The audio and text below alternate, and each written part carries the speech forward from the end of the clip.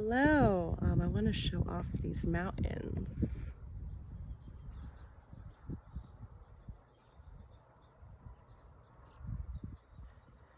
And there's another really awesome one behind me. I don't know if we can catch it.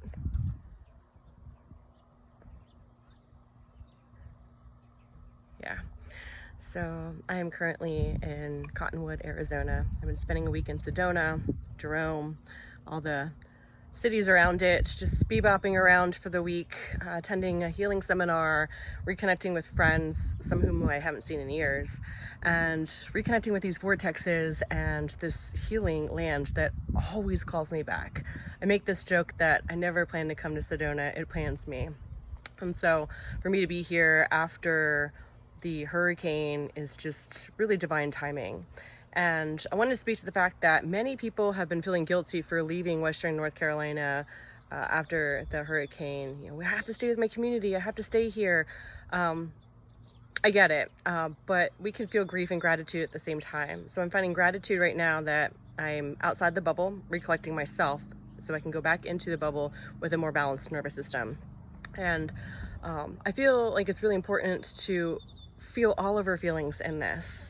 So I found it very helpful to be over here in Arizona on the grid line with Asheville, to be able to grieve, to be able to really take a step back and think about what this means for Asheville and for me, and just taking time to really reflect on what happened outside of the bubble, outside of the trauma state.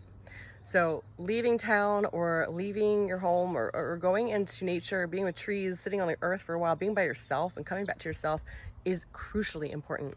You need to feel it to heal it. You can't just mask all your pain by doing things and running around and helping people. And that's definitely what I had found myself doing for a minute there too, just frantically. What can I do? What can I do? What can I do? I need to be useful. I need to be hopeful. And it's really about coming back to yourself and aligning yourself, because then you're more grounded and then you have more reserves, more resources within yourself, more energy to be able to share with other people. So feel all of your feelings, feel the grief, feel the gratitude, feel the bliss of the beautiful things in life, like the flowers. But also, you know, be angry that Mother Nature just ripped apart our land, but be grateful that we're coming together and rebuilding it. So there's so many freaking layers to this thing. Allow yourself to feel all of it. Allow yourself to feel anything in any scenario that you feel, anything that comes up in your life that makes you feel off center.